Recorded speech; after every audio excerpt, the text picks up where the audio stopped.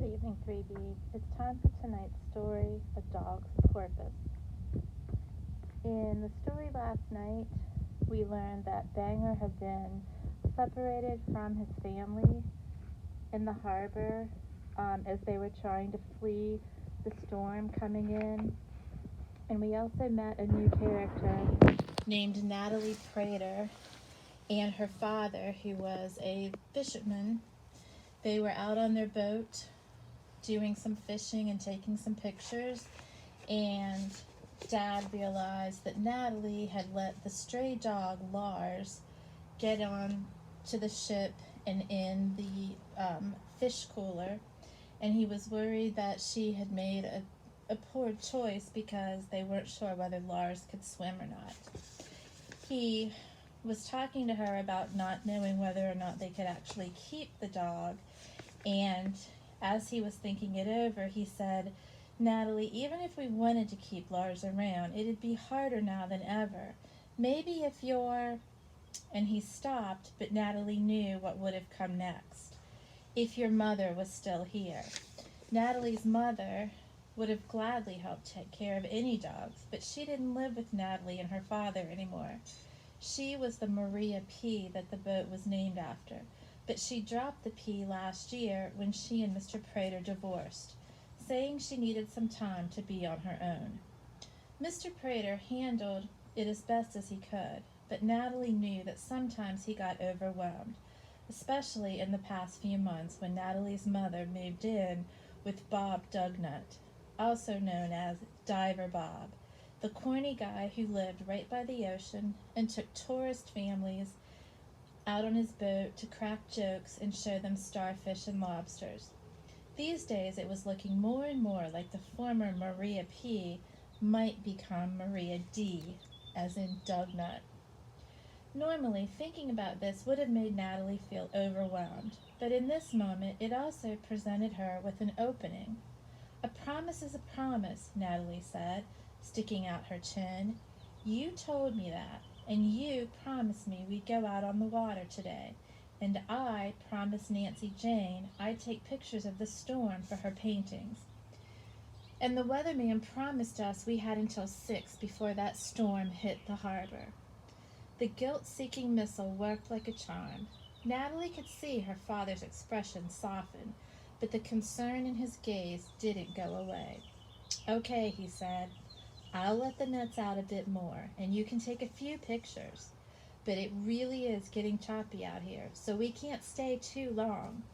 I want you to remember that a promise is absolutely a promise, except when it's from the weatherman. Or when it's your mom promising she'll stay with you forever," Natalie thought darkly. But she knew that that kind of talk wouldn't be helpful right now. And besides, her father was right. The storm was bearing down on them with unexpected speed, and she'd have to act fast if she wanted to get those photos. As Mr. Prater slowly restarted the engine, Lars woofed happily and leaped around his feet, obviously excited by the new experience of being free to roam on a moving boat. The sight gave Natalie a small swell of joy, and as she fished her phone out of her pocket, she made sure to take a photo of her dad and dog happy together. Hopefully soon life could be like this all the time. Then a large wave rocked the boat a little, and Natalie had to sit down to steady her grip on the camera. She wanted to get good photos of the storm clouds for Nancy Jane, who lived next door, and made paintings of the local scenery to hang in the Coveside Cafe. If Natalie's reference photos were good enough, sometimes Nancy Jane would buy her a delicious pastry from the cafe. And now, Natalie thought, maybe if her photos were really good, she could score an extra pastry for Lars. Lars, for his part, was having the time of his life, sniffing all the strange new objects on the boat and dancing back and forth on his paws every time a particularly strong wave rocked the deck, which was happening more and more frequently as the minutes went on. The storm was coming in awfully fast now.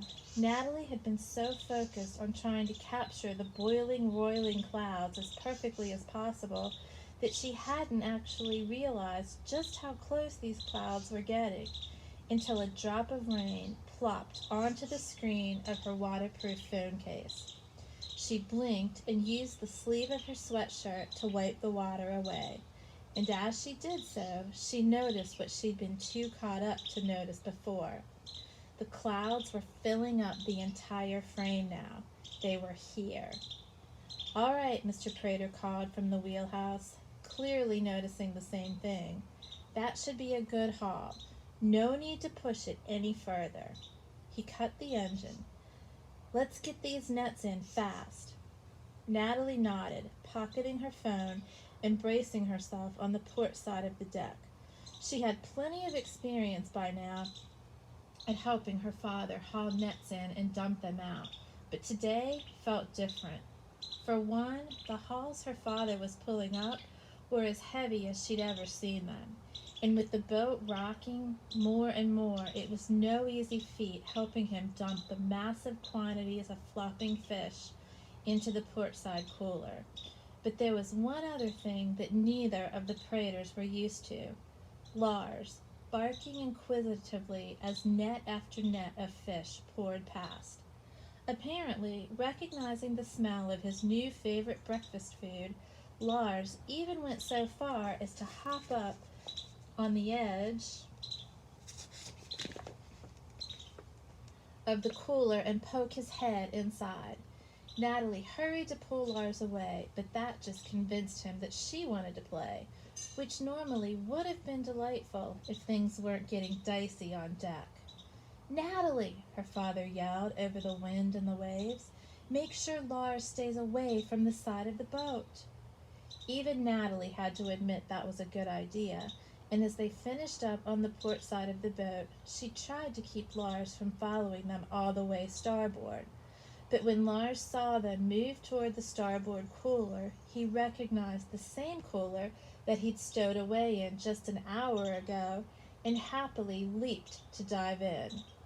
Except the cooler wasn't open. The lid was shut tight on top, and it was wet and slick from the rain. And the Maria P was about to be rocked by its biggest wave yet.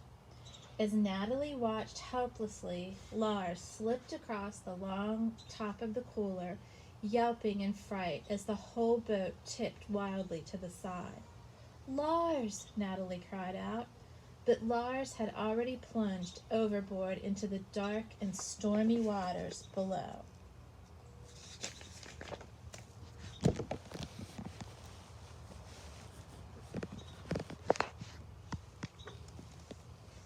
Chapter 3. Lars.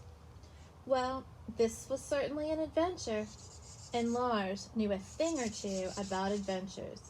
Years of living on his own had made him scrappy, teaching him how to keep himself safe while he made daring late-night food raids and intrepid escapes from dog catchers and dogs alike. Lars may not have known who his mother or father were, or where his next meal was coming from, but he certainly knew how to take care of himself. And to be clear, Lars certainly knew how to swim. He could tell the Praters had been worried about whether or not he could handle himself in the water. But really, would he have gotten on a boat if he couldn't swim like a pro? He loved that Natalie girl. Who wouldn't? And after one short week, he felt ready to follow her just about anywhere. But he wasn't a dummy. He wouldn't have come out here today if he didn't think he could handle it. Still, even he had to admit that this was sort of asking a lot. The moment he stepped into the ocean, he went under. It wasn't even a matter of how hard he could paddle. The surface of the water was rising and falling too fast for him to get an immediate handle on anything, let alone keep his nose above water. By the time he'd kicked his way back up to the surface, the current had already pulled him yards away from the boat. On the one paw, Lars supposed that was better than getting tangled up in the fishing nets that the Prestons had yet to take in. But on the other paw, there was no way Natalie or her dad would be able to see Lars from this far out. It was only a few yards, but in Lars' experience, human eyesight wasn't exactly great, and the darkness and chaos of the storm certainly wasn't helping. He heard Natalie shout, "Lars! Lars! Where are you?" Human senses might not have been worth much, but Lars' canine senses were working just fine, and even over the rushing water he could hear Natalie screaming herself hoarse from the edge of the boat. The sound broke his heart. "I'm here," he wanted to yell. "I'm okay." But opening his mouth to bark would have meant risking swallowing seawater. And if he didn't paddle hard, he wouldn't be okay for much longer. He kicked off toward the boat, determined to make it back safely. It wasn't just for his own sake that he was swimming. It was for Natalie's. And okay, her father was pretty great too, and a really reliable friend when you wanted some fish. But Natalie was special. Lars had seen a lot of the world, and he had met a lot of people, and the one thing he knew about people was that they were full of surprises.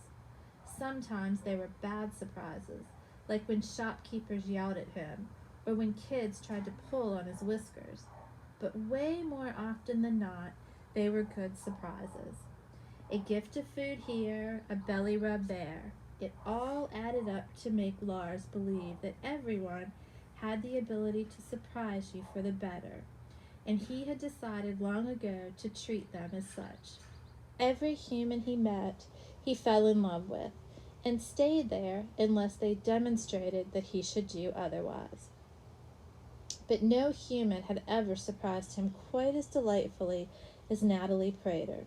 From the moment they'd met, she'd treated him the way he treated everyone else, like an instant friend.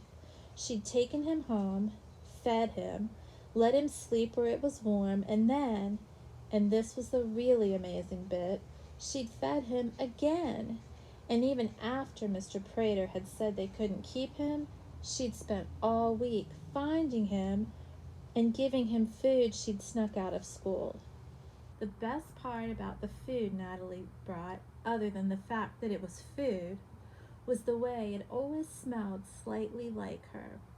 Lars had met a lot of humans Lars had met a lot of humans Natalie's age who put on strong perfumes or deodorants that overwhelmed his sensitive canine nose. But Natalie just smelled clean, with a little bit of earth and a little bit of sea salt and a whole lot of love. Dogs could smell human emotions, and any dog that got near Natalie could smell that this girl had more love than she knew what to do with. When you met a girl like that, you did anything she asked, including hiding in coolers that smelled like fish for half an hour so you could surprise her father on his fishing boat. And when you fell off that fishing boat, you swam right back toward it, because on that boat was an amazing girl who was looking for you, and letting her down was not an option. But that was easier said than done.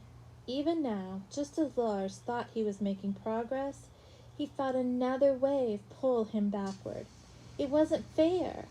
If these waves were moving him back, they should have been moving the boat back toward him too.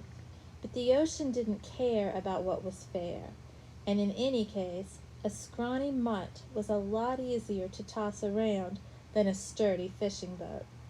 Lars! No excuses, Lars thought. Natalie needs you, and he swam harder, and the waves came harder still. Okay, so this adventure was a little bit more difficult than some of the ones he'd had before, and it didn't help that the rain kept getting in his eyes, and the water out here was really cold, and although he couldn't really afford to think like this, he was definitely starting to get tired. Be tired later, Lars thought. Swim now. But it was no use. The harder he fought, the more tired he got, and the ocean wasn't tired at all. By now, Natalie's cries were getting fainter. Were they moving farther away? Or was he? If only this rain would let up so he could just see something. Just then, Lars did see something, and he wished he hadn't. There, cutting through the water, a few yards in front of him, was a fin, a gray fin, moving through the water like a knife, and then disappearing again, so quick and so camouflaged in the gray-blue ocean that Lars might have imagined it. But his canine eyes wouldn't lie, and Lars had spent enough days begging on enough beaches to know what a fin like that meant. A shark. If he hadn't already been neck-deep in freezing cold water, Lars would have shuddered, whereas just a second ago he'd been this close to giving up. Now he knew he had to make it back to the Maria P. He would not be shark bait. But he might not have much of a choice. The Maria P was officially nowhere to be found at this point, and even his amazing canine sense of direction couldn't help him out of this mess. All he could smell was salt water, and as the fin sliced up the water again, closer this time, he smelled something else. The familiar smell of... Wait, that wasn't a shark. Lars never forgot a smell, and he'd smelled shark before. This was something else. Yeah, he thought, a different kind of shark. There's more than one type, you know. Well, it didn't matter anyway. That last burst of adrenaline he'd just gotten was already wearing off, leaving him even more tired than he'd been before. First, his tail stopped beating in the water. Then his legs slowly began to stop kicking. As long as there was air in his lungs, Lars knew he would float. But as for paddling or swimming or doing anything else that might get him back to that boat, he was done. Just like the waves crashing around him, this adventure had finally put Lars in over his head. The only thing that would get him out of this now was a miracle. And then there was the fin again, barely 2 feet away now.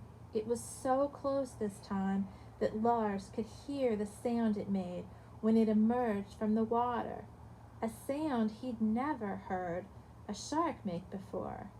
Puff! And then, just as Lars' legs gave out completely, something rose beneath him, pushing him up and out of the water with ease. And Lars got his miracle. And we will end there for tonight. Tomorrow, chapter 4, Banger. Sleep tight. I'll read again tomorrow. Good night.